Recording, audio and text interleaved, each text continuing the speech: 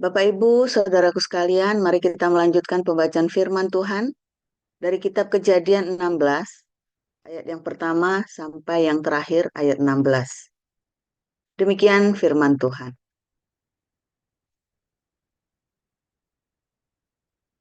Adapun Sarai, istri Abram,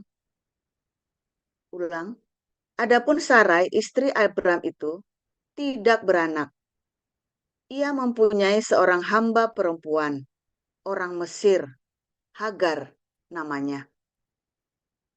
Berkatalah Sarai kepada Abram, "Engkau tahu Tuhan tidak memberi aku melahirkan anak. Karena itu, baiklah, hampiri hambaku itu. Mungkin oleh dialah aku dapat memperoleh seorang anak." Dan Abram mendengarkan perkataan Sarai. Jadi Sarai, istri Abram itu, mengambil Hagar, hambanya, orang Mesir itu. Yakni ketika Abram telah 10 tahun tinggal di tanah Kanaan. Lalu memberikannya kepada Abram suaminya untuk menjadi istrinya. Abram menghampiri Hagar, lalu mengandunglah perempuan itu. Ketika Hagar tahu bahwa ia mengandung, maka ia memandang rendah akan nyonyanya itu. Lalu berkatalah Sarai kepada Abram, "Penghinaan yang kuderita ini adalah tanggung jawabmu. Akulah yang memberikan hambaku ke pangkuanmu. Tetapi kalau saja ia tahu bahwa ia mengandung, ia memandang rendah akan aku. Tuhan kiranya yang menjadi hakim antara aku dan engkau." Kata Abram kepada Sarai, "Hambamu itu di bawah kekuasaanmu. Perbuatlah kepadanya apa yang kau pandang baik." Lalu Sarai menindas Hagar sehingga ia lari meninggalkannya. Lalu malaikat Tuhan menjumpainya dekat suatu mata air di padang gurun, yakni dekat mata air di jalan ke Syur. Katanya, "Hagar, hamba Sarai, dari manakah datangmu dan kemanakah pergimu?" Jawabnya, "Aku lari meninggalkan Sarai, nyonyaku." Lalu kata malaikat Tuhan itu kepadanya, "Kembalilah kepada nyonyamu. Biarkanlah engkau ditindas di bawah kekuasaannya." Lagi kata malaikat Tuhan itu kepadanya, "Aku akan membuat sangat banyak keturunanmu, sehingga tidak dapat dihitung karena banyaknya." Selanjutnya kata malaikat Tuhan itu kepadanya, "Engkau mengandung dan akan melahirkan seorang anak laki-laki dan akan menamainya Ismail. Sebab Tuhan telah mendengar tentang penindasan atasmu itu. Seorang laki-laki yang lakunya seperti keledai liar, demikianlah nanti anak itu. Tangannya akan melawan tiap-tiap orang, dan tangan tiap-tiap orang akan melawan dia, dan di tempat kediamannya ia akan menentang semua saudaranya." Kemudian Hagar menamakan Tuhan yang telah berfirman kepadanya itu dengan sebutan, "Engkaulah El Roy." Sebab katanya, "Bukankah di sini kulihat dia yang telah melihat aku?" Sebab itu sumur tadi disebutkan orang Sumur Lahai Roy. Letaknya antara Kadesh dan Beret. Lalu Hagar melahirkan seorang anak laki-laki bagi Abram, dan Abram menamai anak yang dilahirkan Hagar itu Ismail. Abram berumur 86 tahun ketika Hagar melahirkan Ismail baginya. Demikian. Ya, lanjut Ibu Sarma dari Wahyu 14 ayat 1 sampai 20.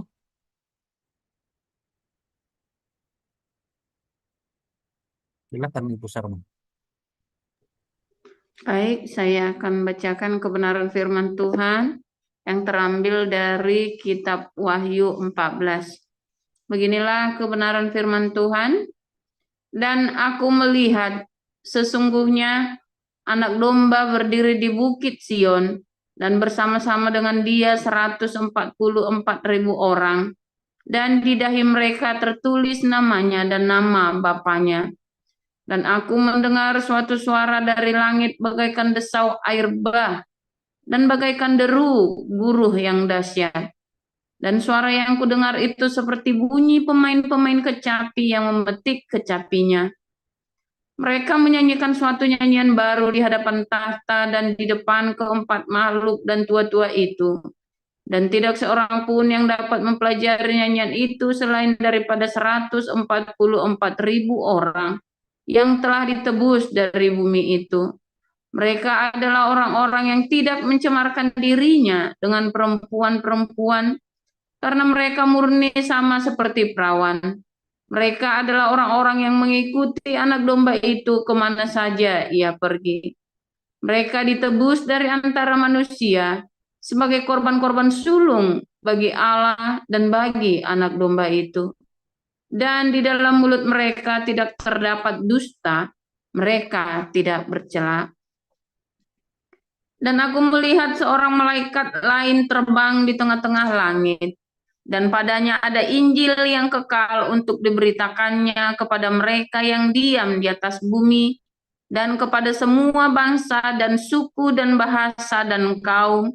Dan ia berseru dengan suara nyaring, takutlah akan Allah dan muliakanlah Dia, karena telah tiba saat penghakimannya, dan sembahlah Dia yang telah menjadikan langit dan bumi dan laut dan semua mata air. Dan seorang malaikat lain, malaikat kedua, menyusul dia dan berkata, sudah rubuh Babel, kota besar itu, yang telah memabukkan segala bangsa dengan anggur hawa nafsu cabulnya.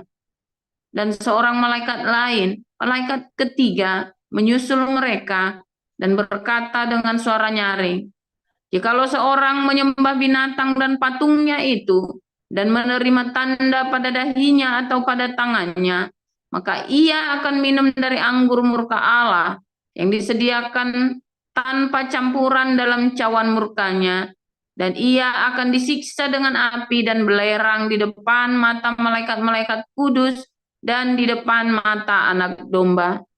Maka asap api yang menyiksa mereka itu naik ke atas sampai selama-lamanya, dan siang malam mereka tidak henti-hentinya disiksa, yaitu mereka yang menyembah binatang serta patungnya itu, dan barang siapa yang telah menerima tanda namanya.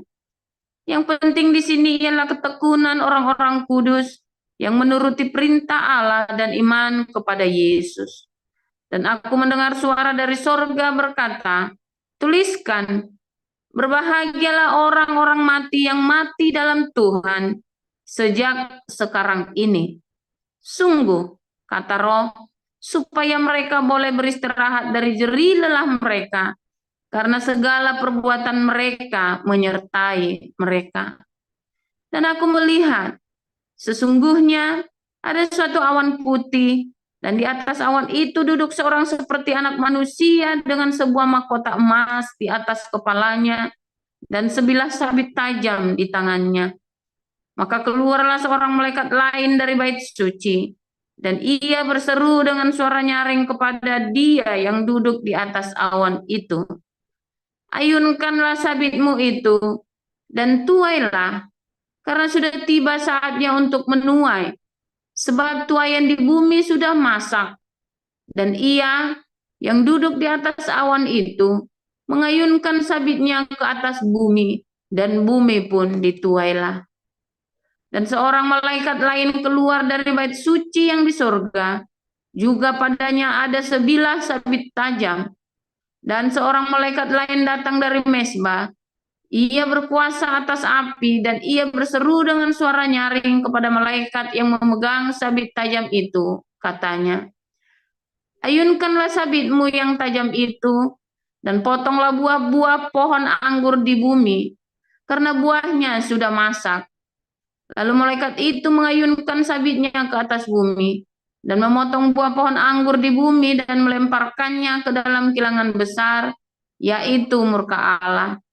Dan buah-buah anggur itu dikilang di luar kota, dan dari kilangan itu mengalir darah, tingginya sampai ke kekang kuda, dan jauhnya 200 mil. Demikian pembacaan firman Tuhan. Ya, amin untuk firman Tuhan. Terima kasih para lektor, Ibu Neliana dan Ibu Sarma. Selanjutnya kita akan mendengar renungan firman Tuhan hari ini dengan tema Hamas ahli sihir. Silahkan Pastor Joseph Pauljam. Haleluya, luar biasa firman Tuhan, selalu baru setiap hari bagi kita yang menantikan Tuhan dalam hati pengharapan yang kudus, yang penuh dengan cinta ya saudara ya. Makanya harus diakonia ya, dan terus mengasihi, mengampuni, memberkati. Jangan lupa ya saudara ya, berdiakonia, dan terus jaga hidup dalam kekudusan ya. Nanti suatu ketika apa yang kamu nantikan itu terjadi dalam hidupmu. Terobosan besar datang, saudara ya. Sabar, ya, berdiakonia, hidup dalam kekudusan, ya, dan terus jaga hidup supaya tetap ada pengampunan. Nah, saudara, kemarin kita belajar 3 roh jahat, ya, 3 roh jahat yang keluar dari Sungai Efrat, yaitu roh dusta, Allah SWT, Islam, dan Muhammad nabinya, saudara ya. Nah, saudara, ini dipakai oleh Hamas ya saudara ya, untuk mengelabui dunia ya dengan segala propaganda yang mengerikan itu ya. Waduh, luar biasa, Hollywood itu ya. Dan banyak orang-orang, bahkan profesor Harvard pun bisa tertipu atau menjadi ambil bagian di dalam tipu-tipuan ini saudara ya. Negara-negara, kepala negara semua tertipu saudara, bahkan pendeta pun tertipu. Nah, mengapa saudara? Nah, mengapa orang mudah tertipu dengan dusta? Ya, mengapa orang mudah tertipu dengan dusta? Kemarin ya, satu, karena dia tidak belajar menerima kenyataan hidupnya. Ya, kemarin sudah kita belajar ya, delusi, hidup dalam delusi. Sehingga dia mudah tertipu, saudara. Ya, tapi kedua, nah, ini kita belajar yang berikutnya ya, saudara ya. Yang kedua, karena orang-orang ini ya hidupnya piti, ya, suka kasihan. Makanya itu dia tidak hidup dalam kenyataan ya, tidak mau hidup dalam kenyataan. Nah, tapi sekarang yang kedua ya, dia hidupnya di dalam kasihan. Bagaimana sudah kita bahas ya, jangan kasihan saudara. Milikilah belas kasih, tapi jangan kasihan. Kalau hidupnya kamu tuh gampang kasihan, ya, kalau kamu gampang kasihan, kamu gampang ditipu saudara. Oh kan enggak apa-apa, Tuhan baik, nanti bohong, enggak ada saudara. Tuhan bilang goblok lo. Nah, Tuhan bilang gitu, makanya ketipu terus, goblok kamu. Kata Tuhan, tapi kan Tuhan sudah mengasihi. Bukan kasihan, mengasihi. Kata Tuhan bilang begitu ya. Nggak kerja jangan kasih makan. Nggak kerja jangan kasih makan. Oh, disiplin, saudara ya. Kasihan itu membuat Anda itu, apa namanya, berusaha memuaskan lagi ya nafsu kasihan. Kalau ada ya bangga ya, kalau sudah berhasil mengasihani orang itu Anda rasanya puas. Siapa yang begitu saudara ya? Itu kasihan ya, sampai nangis-nangis saudara ngeliat orang gitu ya. Pernah ngeliat gitu ya, orang lapar, orang nangis-nangis. Saya mah gigi ngeliat orang lapar, orang nangis-nangis gara-gara gitu ya. Itu kasihan ya, berambangin lihat orang lapar, lihat pengemis. Kita harus tahu kenapa dia lapar.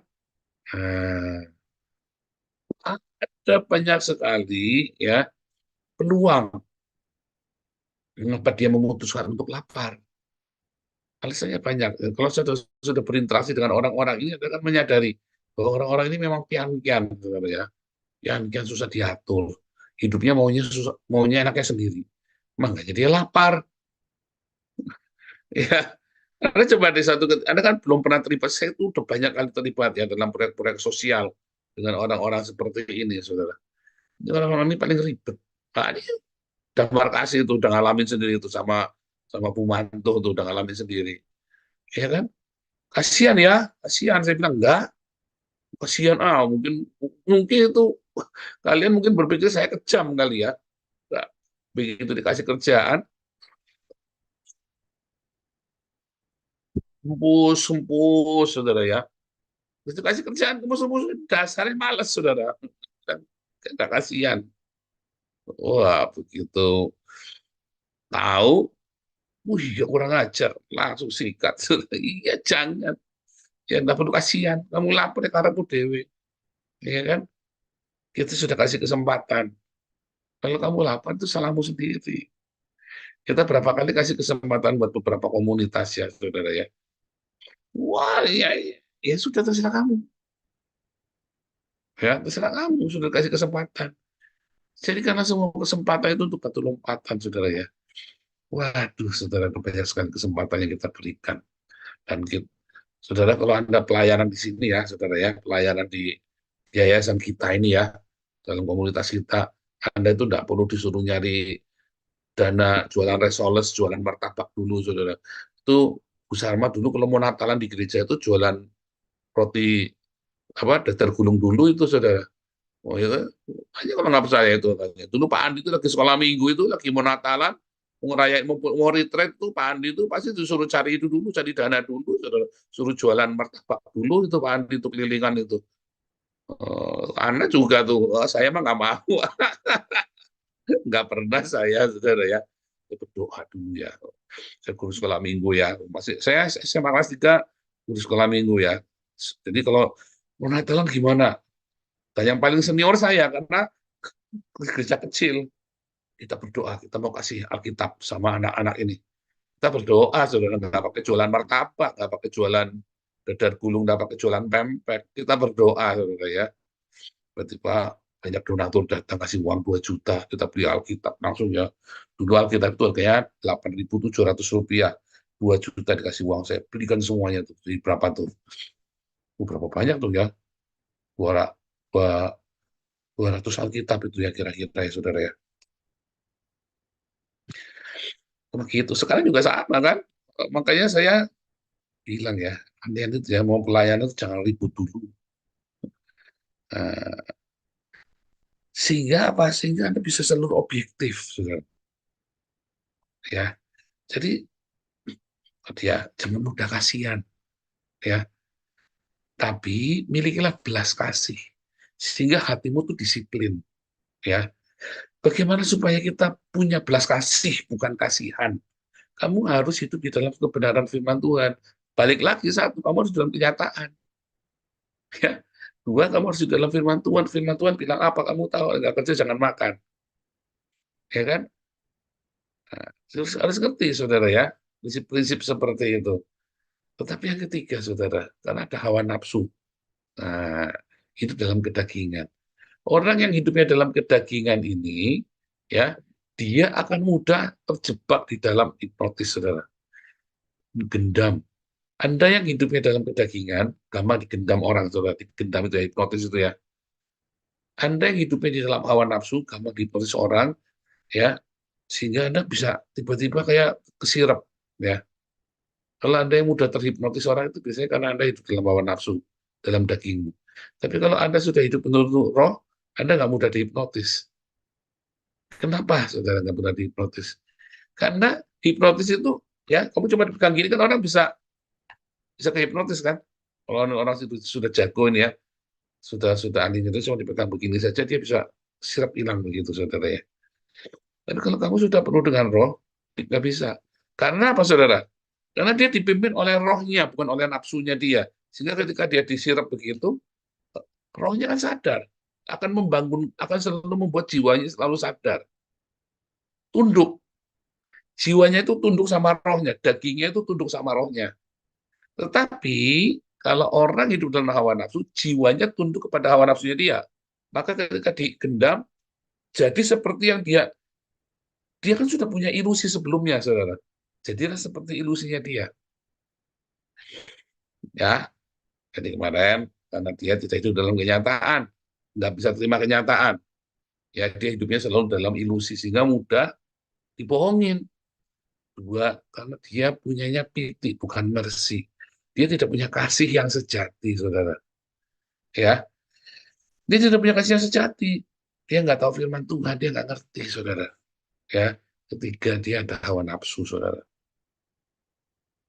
Hidupnya itu penuh dengan hawa nafsu, ya, seperti ya si Sarah ini, udah punya anak ya wis lah, udah, ya kan, kasihlah Hagar, ya, mau kasih Hagar, Hagar dikasih, ya, waduh, akhirnya dia susah sendiri kan, susah sendiri. Dia berpikir itu cara Tuhan, ya, dia berpikir itu caranya Tuhan.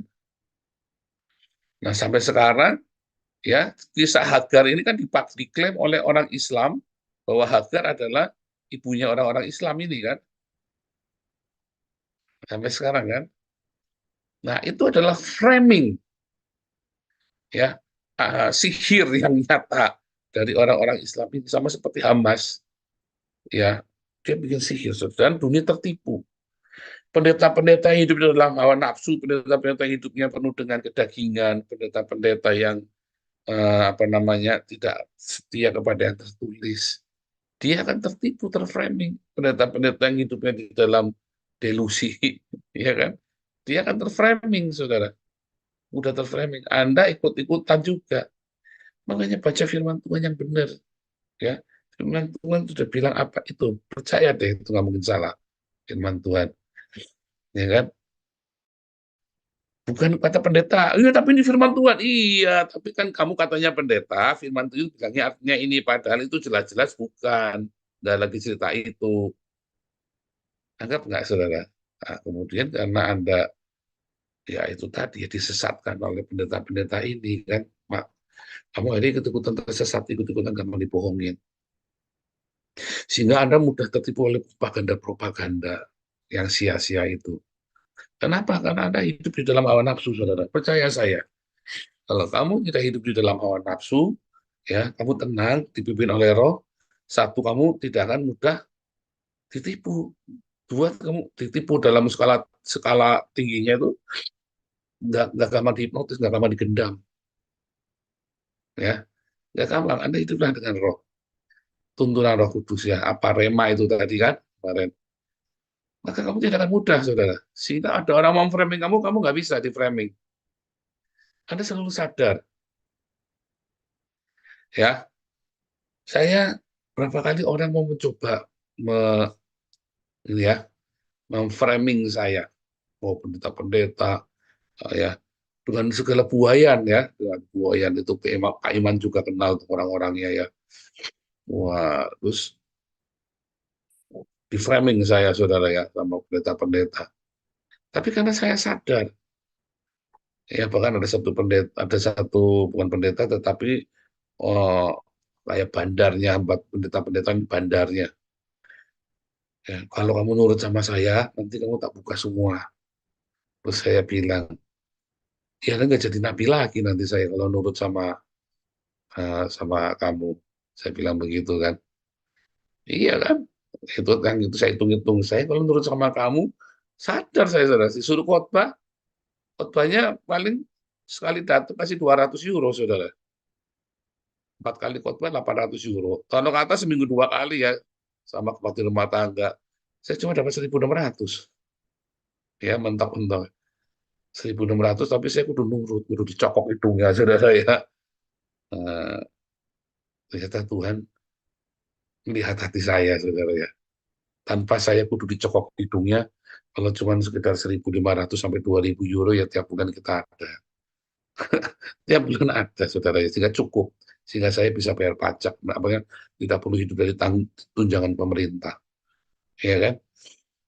Bisa ada, bisa masuk ya, saudara ya. Kan kita dari YouTube aja kan 1.250 itu kan rata-rata tiap bulan itu ya. Belum dari yang kita apa namanya ada khusus Alkitab itu ya, saudara ya. Waduh, saya bersyukur sama Tuhan ya. Saya tidak perlu hidup di bawah bayang-bayang orang lain. Tidak perlu dicokok hidungnya. Di framing itu saya, saudara ya. Saudara mau di framing. Waktu itu saya hidupnya hanya dengan 600 euro sebulan. Ya, waktu itu ya.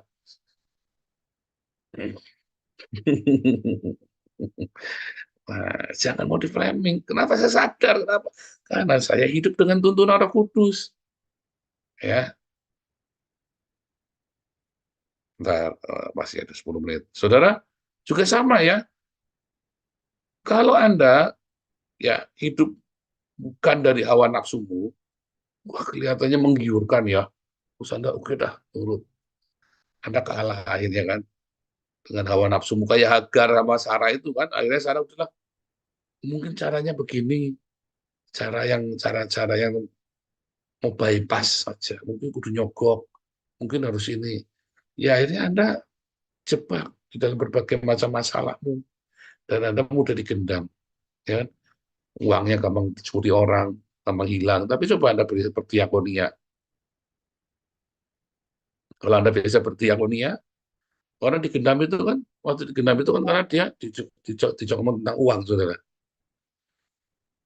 Ya kan, dicok ngomong alon ngidul, yang intinya ada menggiurkan. Misalnya ya, ada sesuatu yang menawan hati, diceritain menawan hati. Tapi kalau kamu biasa dipimpin oleh Roh Kudus, apapun yang menawan hatimu udah nggak kepake lagi. Kenapa? Kamu tidak berharap kepada manusia. Saya ingat sekali Pak Petrus Agung itu pernah cerita ya, ada seorang pengusaha nawarin dia, ya, kasih kartu nama, kamu kalau butuh sesuatu, kasih tahu saya akan support kamu, 2 juta, ngomong gede lah pengusaha inilah. Saya mah sudah biasa dengan begitu, saya heran Pak Petrus Agung dulu bisa terjebak begitu ya, padahal usianya sudah, oh mungkin waktu itu seusia saya ya, benar ya, karena kan Pak Agung meninggal umur 52 tahun ya, umur 52 tahun, dia cerita itu kira-kira 10 tahun yang lalu, benar saudara ya. Dia waktu itu masih muda sekali, makanya bisa bisa cepat mungkin usia 30-an tahun kali ya, waktu itu dia cerita itu. Itu beneran saudara ya.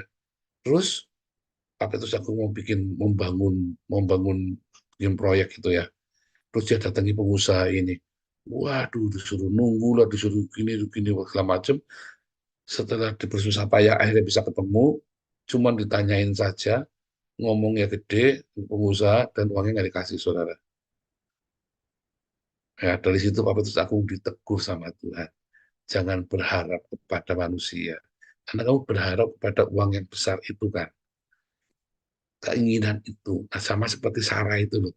Dia maunya, mungkin caranya begini.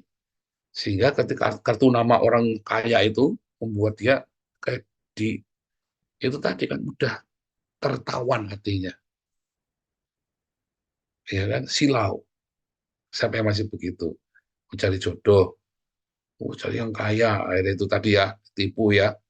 Cari yang kaya, nggak taunya, pakainya mobilnya mewah, keren, apa ganteng, ya kan? Nggak taunya mobil sewaan, saudara ya, ketipu. Udah mobil sewaan, ya anak terus nggak bayar lagi. Ada cari itu nomor mobilnya, udah mobil sewaan, nggak bayar lagi, saudara ya, tinggal kabur. Apa digade mobilnya, kacau sekali. Tertawan hatimu, ya, karena kamu silau. Kamu hidup di dalam delusi, kamu pengen punya pasangan hidup yang kaya raya, yang sudah tinggal enaknya. Jangan mau enaknya, saudara ya. Sesuatu itu lebih enak berjuang bersama-sama. Nah, itu kan contoh-contoh begitu ya. Tertipu. Oh, berarti itu beneran terjadi ya, keluarga kami ya, saudara ya. Wah, ini ganteng nih, kaya, royal ya. Oh, kakak saya sempat dibayar-bayari ya sama si Om ini ya.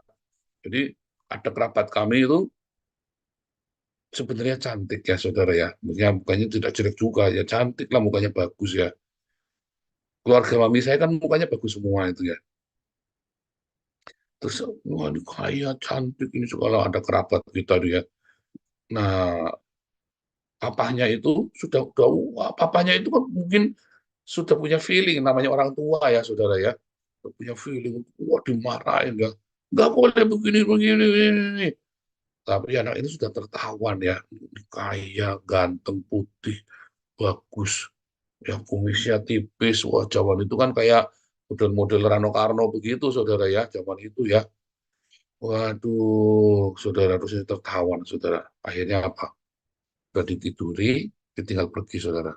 Ternyata orang ini sudah punya istri. Tapi sudah tertawan saudara. Waduh, zaman itu kan aib buat sebuah keluarga yang seperti itu. Ya, kakak saya itu sampai terus kakak saya sampai silau-silau itu ya, melihat dibayar-bayarin ini, dibeliin itu, supaya dia pinter ya caranya buat apa? Supaya kakak saya itu cerita-cerita kemana-mana diajari. Nah, kakak saya kan bodoh amat, yang penting dia dibayari. Wah tadi baru dibayari ini, ditraktir di restoran ini. Wah tadi baru dibelikan ini, dibelikan sepatu baru. Wah seneng yang namanya anak masih masih remaja begitu ya. Wah dia cara pendekatannya begitu. Tapi kalau Anda tidak tertawan dengan orang apa pengen cepat kaya atau pengen sesuatu yang nggak bisa, saudara, nggak bisa, ya kan? Ya kerja bareng-bareng dari nol, kerja bareng-bareng. Nah, jangan ingin cepat kaya. Berkat Tuhan yang jadikan kita kaya, susah payah tidak menambahinya.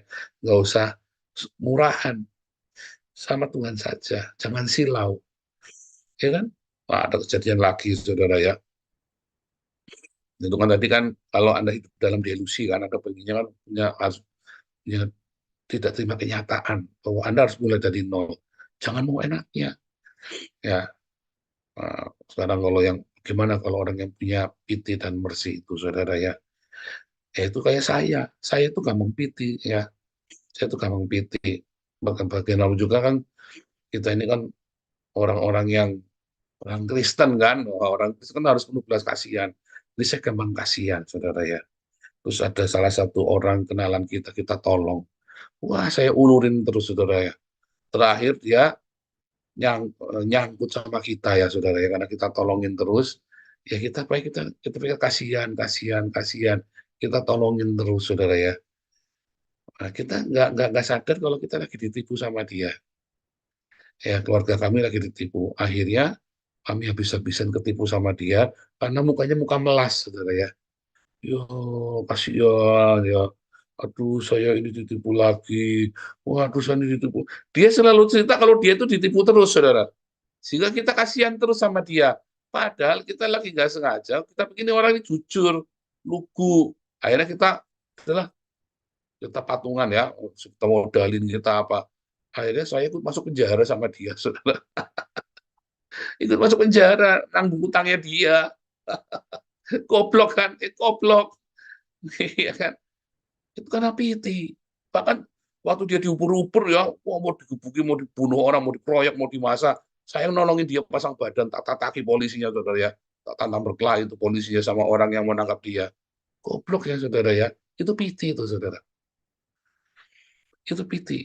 Ya. Gampang kasihan saya dulu sama orang. Saya orangnya gampang kasihan ya. Sampai hari ini anak masih kadang-kadang masih komplain, dikira saya kasihan. Enggak, saya enggak kasihan. Saya disiplin. Tapi Ana masih mengira saya ini gampang kasihan karena trauma dengan yang dulu-dulu ya. Saya dulu tuh gampang kasihan sama orang, saudara. Jadi kita sering ketipu, ya, sering ketipu. Tapi apakah kasihan itu karena saya benar-benar karena saya penuh belas kasih? Enggak, habis ketipu itu saya dendamnya minta ampun, saudara. Wah, tak kunci-kunci tak dendamnya di sini terus ya. Wah, dendam. Nah, itu bukan cinta. Kamu udah nolong kepentung, ya. Nolong lagi kepentung lagi, nolong lagi kepentung lagi. Kamu nolong siapa? Selalu nolong masuk kepentung. Itu karena kamu piti, saudara. Siapa yang sering nolongi orang tapi kepentung? Ya, nolongi orang malah kejeblos. Itu biasanya karena kamu piti, saudara. Saya. Tapi kalau kamu penuh belas kasih, ya, seperti tante saya. Tante saya itu kalau nolong, ya, kalian ini ada kerabatnya yang jatuh, aduh kasihan ya. Mereka juga pusing, saudara. Kalau ada kerabat yang jatuh, mereka rembukan, ya.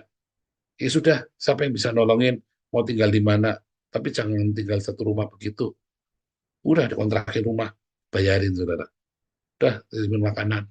Kamu punya beras. Kamu sudah kerja apa? Wah, bener-bener wah galak sudah. Kamu sudah ngelamar kerjaan belum? Hari ini kamu sudah ngelamar kerja di mana? Kamu interview di mana? Selama beberapa bulan dia ini. Begitu dia nggak kerja, diusir saudara. Tante-tante saya itu begitu ya. Dari situ saya mulai belajar. Ini yang benar. Jadi kalau papi saya dulu komplain ya, dan saya dengarkan papi saya dulu. Ini munafik katanya bicara kasih. Sama papi cuma mau jualan tahu goreng di Jakarta kan, jualan tahu goreng saja di depan rumahnya nggak boleh. Ya nggak boleh lah. Satu, kalau kamu sudah laku kamu nggak akan mau diusir kan, udah laku kan. Kalau kamu jualan, walaupun itu kakakmu, walaupun adikmu, terus kamu jualan di depan rumahnya dia, kalau sudah laku di situ, mau nggak diusir? Nggak mau lah, biar itu adikku sendiri kan pasti ribut kan, padahal itu kan ganggu privasi sekali kan. Nah, satu itu.